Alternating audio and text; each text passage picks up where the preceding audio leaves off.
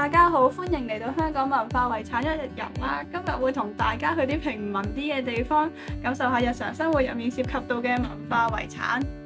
第一站我哋嚟到嘅係九龍嘅黃大仙寺。原來我哋新年爭住去上頭炷香嘅地方，都係香港嘅文化遺產嚟。黃大仙信俗係屬於香港宗教儀式嘅非物質文化遺產，反映住民間嘅信仰。喺2014年更加係獲列入第4批國家級文化遺產。黃大仙寺係一間道教廟宇，供奉嘅係有求必應嘅黃大仙。黃大仙呢個信俗係源自於廣東，佢係隨住移民嚟到香港，同香港嘅基層文化緊密相連。後面我哋都會睇到呢一點係點樣同其他嘅文化遺產互相呼應㗎。想知道更多有關黃大仙信俗嘅歷史同細節，記得去埋呢個文化館睇下啦。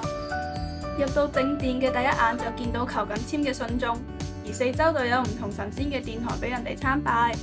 觀音、孔子、月老、財神應該去晒度㗎。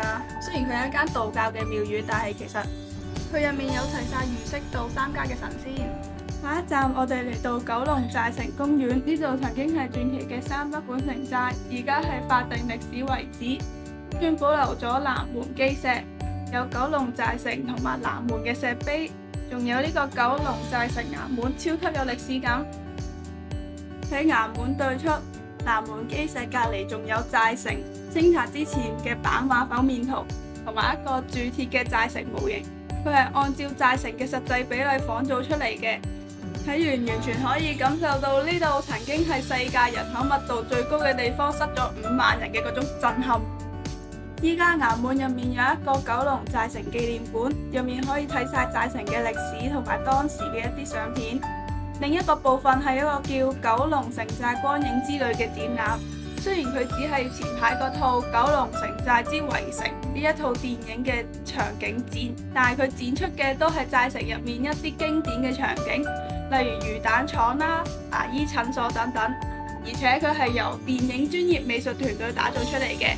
入到去真係好似穿越時光，去咗嗰個塞滿咗5萬人嘅混亂小世界咁㗎。呢度記錄咗移民嘅艱辛生活，呢啲故事被列入香港非物質文化遺產嘅口述歷史。佢同黃大仙信俗一樣，都係講述咗戰後移民點樣喺困境入面尋求希望。兩者都係植根於香港嘅草根精神，令人感受到香港基層嘅堅韌。行咗咁耐，肚餓未呢？下一站我哋嚟到佐敦嘅澳洲牛奶公司，呢間係1970年已經開咗業嘅茶餐廳，係品嚐港式奶茶嘅最佳地點。港式奶茶嘅製作技藝都係非物質文化遺產嚟㗎。佢用絲襪嚟過濾，同用撞茶嘅方式做出濃滑嘅口感。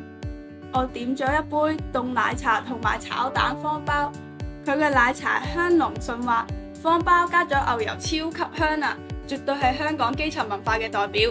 呢度人聲鼎沸，服務超級快，落完單1分鐘都未夠，我啲嘢食就到晒啦，滿滿嘅市井味啊！